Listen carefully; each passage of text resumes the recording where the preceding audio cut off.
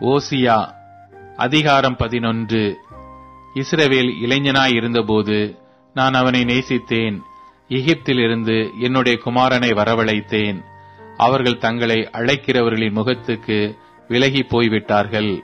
பாகால்களுக்கு பலியிட்டு விக்கிரகங்களுக்கு தூபம் காட்டினார்கள். நான் எப்பிராயிமை கைப்பிடித்து நடக்க பழக்கினேன். ஆனாலும் நான் தங்களை குணமாக்குகிறவர் என்று அறியாமற் போனார்கள். மனுஷரை கட்டி இழுக்கிற அன்பின் கயிறுகளால் நான் அவர்களை இழுத்தேன். அவர்கள் கழுத்துக்களின் மேல் இருந்த நுகத்திடையே எடுத்து போடுகிறவரை போல இருந்து அவர்கள் பட்சம் சாய்ந்து அவர்களுக்கு ஆகாரம் கொடுத்தேன்.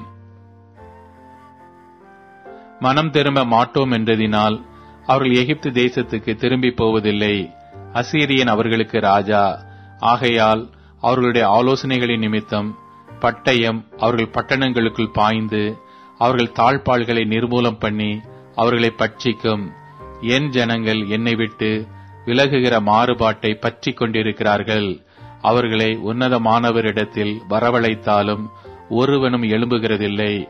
எப்பிராயிமே, நான் உன்னை எப்படி கைவிடுவேன்? இஸ்ரவேலே, நான் உன்னை எப்படி ஒப்புக் கொடுப்பேன்? நான் உன்னை எப்படி ஆத்மாவை போலாக்குவேன்? உன்னை எப்படி செபோயிமை போல வைப்பேன்? என் இருதயம் எனக்குள் குழம்புகிறது. என் பரிதாபங்கள் ஏகமாய் பொங்குகிறது. என் உக்கிர கோபத்தின்படியே செய்ய மாட்டேன். எப்பிராயிமை அழிக்கும்படி திரும்ப மாட்டேன். ஏனென்றால் நான் மனுஷன் அல்ல, தேவனாயிருக்கிறேன். நான் உன் நடுவில் உள்ள பரிசுத்தர். ஆகையால் பட்டணத்துக்கு விரோதமாக வரேன்.